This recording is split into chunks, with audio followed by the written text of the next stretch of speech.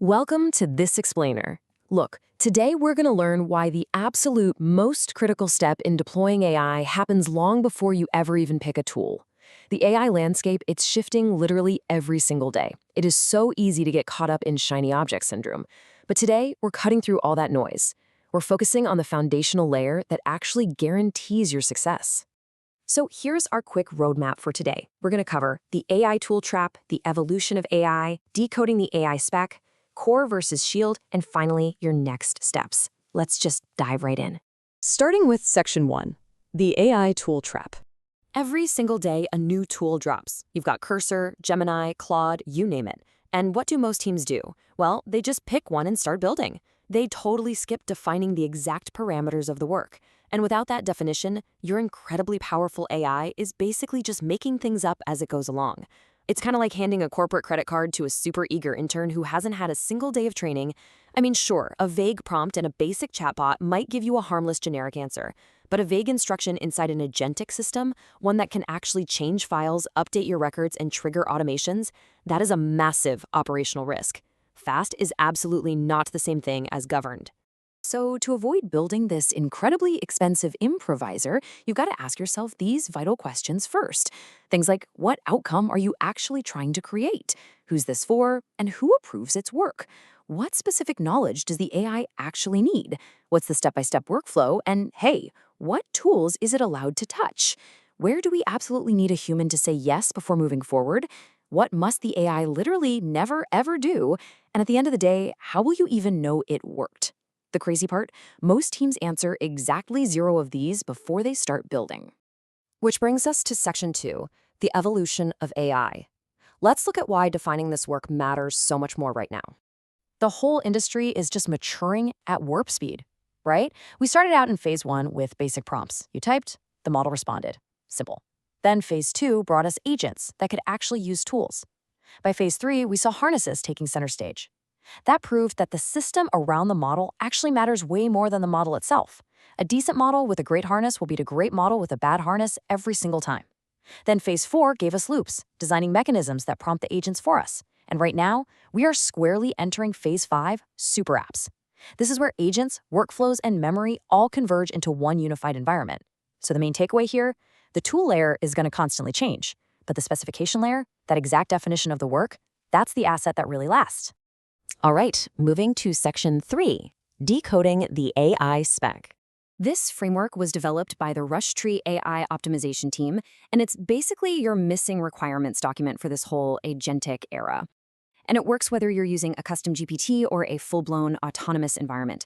So let's break it down, starting with S for strategy. This is your absolute rock-solid foundation. I mean, why does this AI system even exist in the first place? You literally have to define the exact business outcome before a single prompt gets written. What specific problem is this solving, and what exact metric proves it worked? If your strategy is weak, your whole project is just going to drift. But if it's crystal clear, everything else instantly has direction.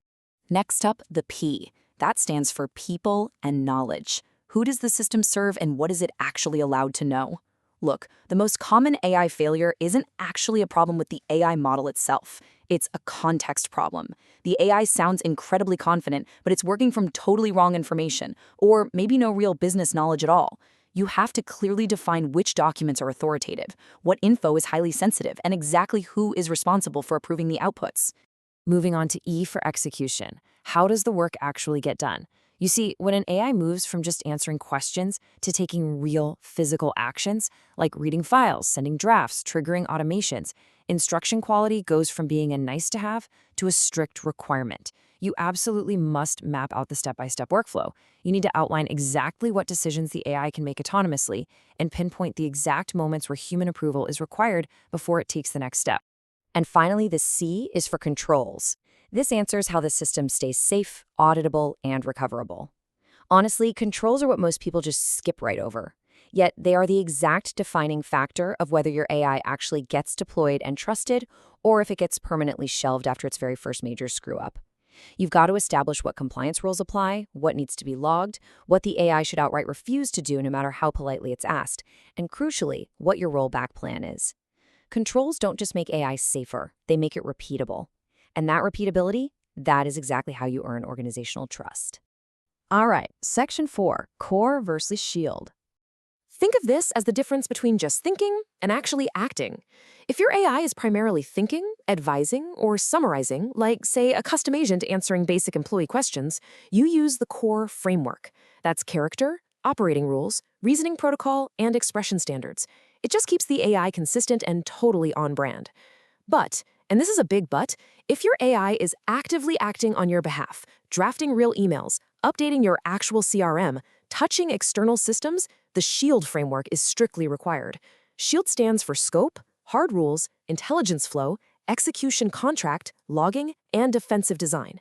It governs every single action with real-world consequences so you stay fully 100% protected.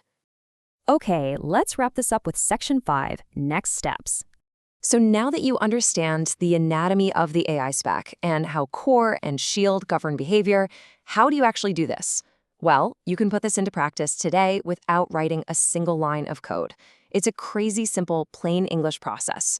Step 1, write out the strategy and metrics. Step 2, list the people and authoritative knowledge sources. Step 3, map the step-by-step execution. Step 4, define your safety controls and logging. And then, Step 5, give it to the AI.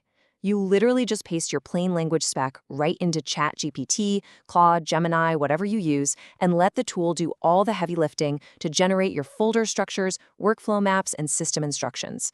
Now, if you want to stop improvising and start actually executing, there is an exact series of prompts you can use right now to put this AI spec into real-world action for custom AI agents and operating systems. You can grab these starter prompts simply by texting AI SPEC to 917-746-2202. I'll say that again. Text AI SPEC to 917-746-2202 or just visit rushtreeai.com. These prompts work in literally any AI tool and will logically guide you from building your spec from scratch all the way to designing complex multi-agent architectures and auditing your system before launch. I want to leave you with this final thought.